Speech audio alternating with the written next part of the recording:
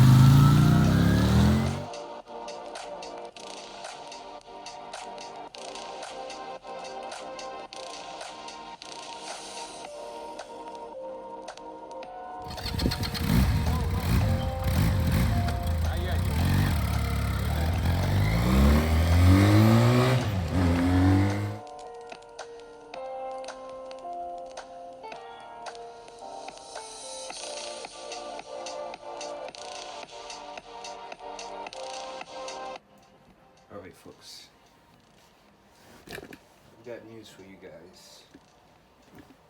This is the JONWAY YY350-9a, and this is a complete engine gasket. As you may have noticed, my gear broke the counter shaft. I don't know how that happened. A new bike shouldn't have any gearing problem.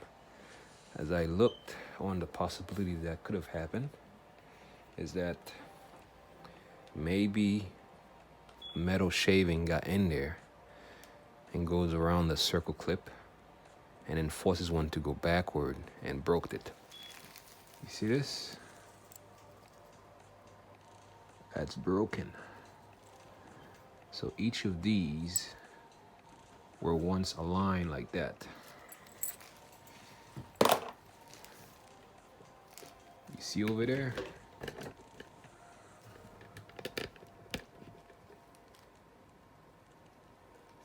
See over there? Mine is broken. It comes together, right? One piece.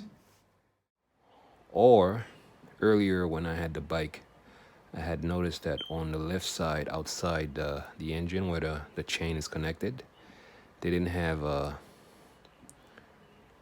retainer clip.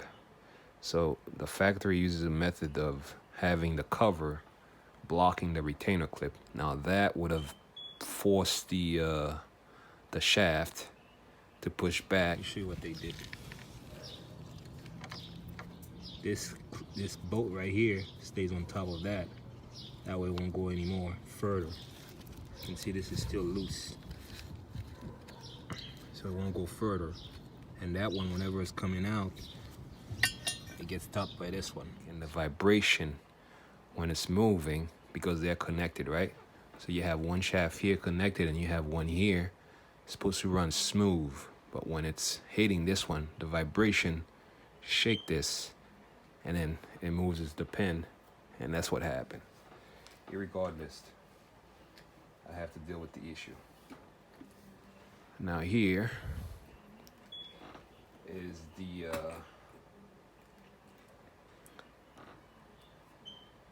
the boot for this. It's not that easy because I had to replace these, and I can't buy this here from the US. Only thing I need to replace is this. So I had to get the manifold from a different version. All right, just so I can get that rubber to replace here. Now, here's the bigger finding here.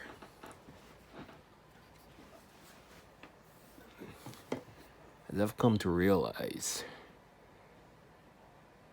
the bike had the right plug from the factory, but it had the wrong timing from the factory. It's a little far-fetched to say right plug, wrong timing. Yeah, because you see, with this plug, right, this is how a plug's supposed to be on a combustion chamber. it's firing exactly the way it's supposed to. And you have the intake right here, and you have the exhaust over there. They're pushing like this, right? And they doing rotation at a time.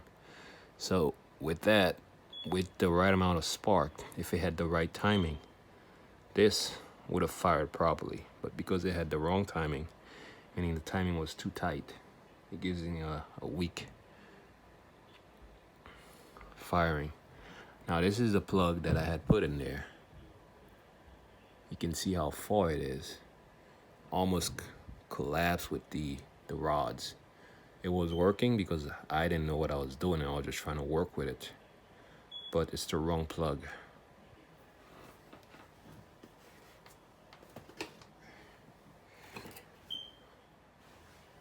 Okay.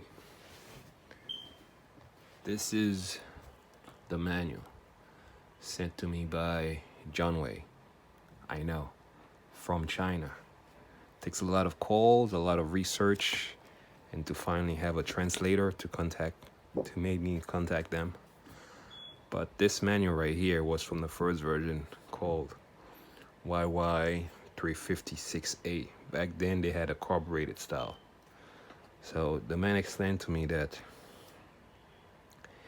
they don't have the fuel injected and it's the same engine, and there is nothing wrong with the EFI. If there is, I should find a code reader, and then it will tell me if I need to change the the throttle body, the ECU, and things like that. So they haven't updated their version of it yet.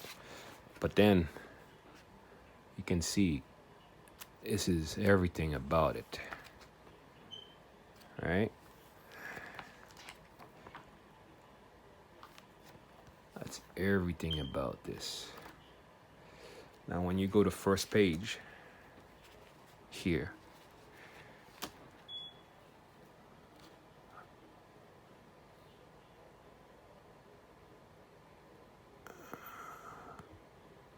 first page, you got ignition wheel.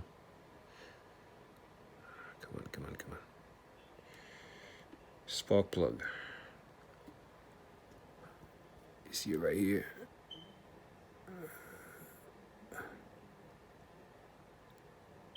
That's the plug.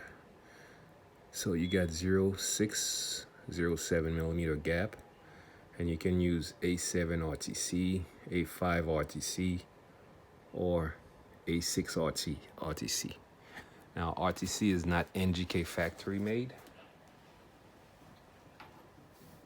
and a long time ago it used to be common in the US, but now you can barely find it.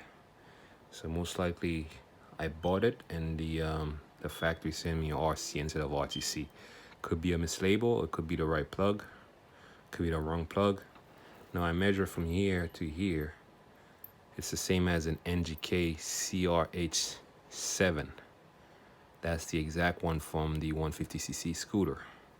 So this would be the right plug for this.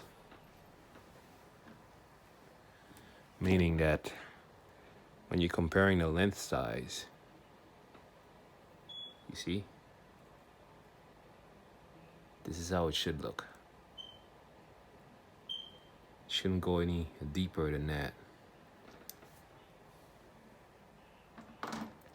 So now you're asking, what's the correct timing for this? Let's go look for it.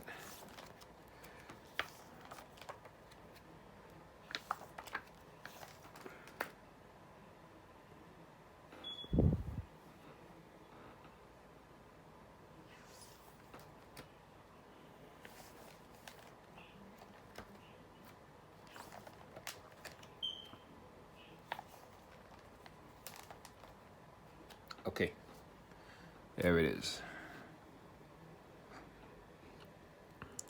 See, it says right here. So when it says torque of the 7 nut, that's a mistake. It meant to be torque of the 8 nut. So you got 18 and 22 Newton meter. So that's just the rods. And now the gap, the valve gap cold. That's a correct timing. So the intake here is 0.05 to 0.07, and the exhaust is 0.06 to 0.08. Now the factory had it at 0.02, and the exhaust at 0.04. Now, here's what happened with engine timing if you don't know. When the valve is too tight, not the exhaust. I mean, the intake valve is too tight, not the exhaust. The firing order is a little bit weak. It goes very, very, very low. So when I had increased the plug resistance, the thread of it, as you can see from here, all right, when I had done that, I told the engine that it's the right timing. It should fire it. So that may be something good, but it's not something that's for permanent. So rebuilding this engine, I'm gonna have to redo it and put the right plug in there. The right plug now, since this is the updated version, is NGK CR7 HSA instead of the Torque TCR7 or something like that. So any number that is 7, 5, and 6, you just match with an NGK, and that should fix the problem. All right, folks, here's the setup. You got the counter shaft here, and this is the main shaft. What's a main shaft means that it's being driven by the chain, and that counter shaft goes backward to move this forward. That's what it means, main shaft. So first things first is to find a neutral. Neutral is easy. It ain't complicated. So I know this is first gear, because when you press down, see this? That's not first gear. That is second gear. Because the first up is second. Alright? No, that's down. What movement would this be to go down?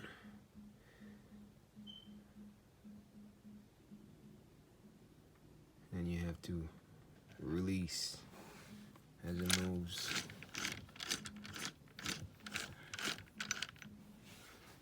Alright, I'm guessing this is one of them. Second, third, I don't care anymore. Just showing you guys what the movement is. I'm guessing this is neutral. So from second to neutral to first. So now we're going to third. Where's my third gears at? There we go. Going to third. Almost there. And then we're going to fourth.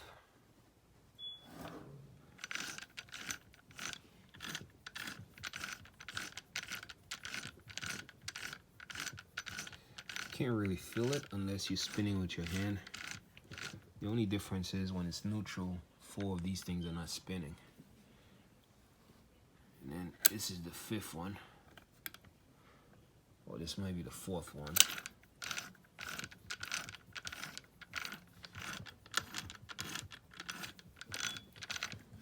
And this is the 5th one. See that? That's the final. I can feel a real strong force here. So this would be how this thing is. Okay, now that you've seen how the gears moved, I really don't want to undo this, because just to get my hand here to hold it, to align that pin, it's kind of difficult. I think I did it under 20 minutes. So I'm not even going to try to do it on camera, although I have to disassemble it and replace the oil seal. Yeah, I bought the whole engine oil seal. So So I replace every single one of them. Part of the tradition of me when I rebuilt an engine, not only do I replace the gasket, but I replace the oil seal. But I can't do this on camera. Now, this right here, this is the same as the CRF 230F. Right? And I'm following two books. One not so good manual that shows you the alignment. I'm going to leave this for 1, 2, 3, 4, 5. You can pause the video. And this one is for that. Now here's a guide. Each shift fork has an indication mark. L, left, C, center, R, right. Indeed, they do.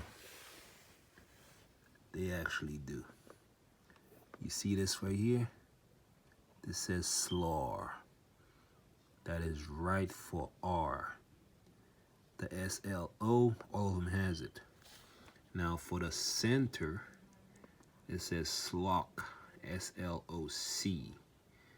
And then for the one at the bottom, which is left, it says SLOL. But now, this is kind of backward. The book will tell you to put the first one, right? The mark facing up.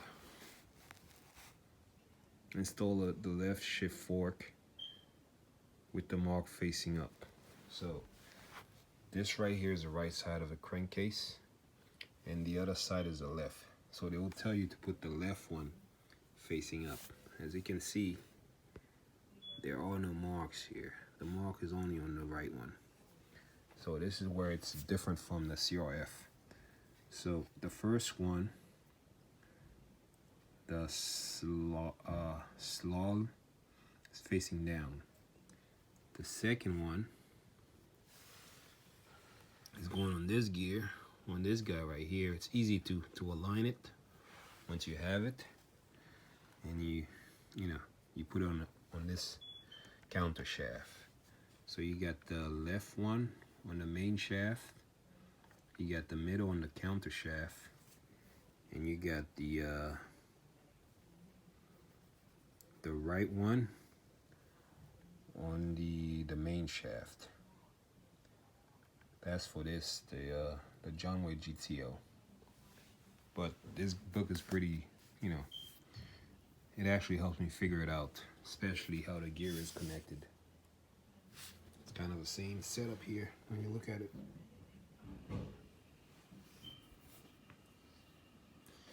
This is as far as I get from the original book.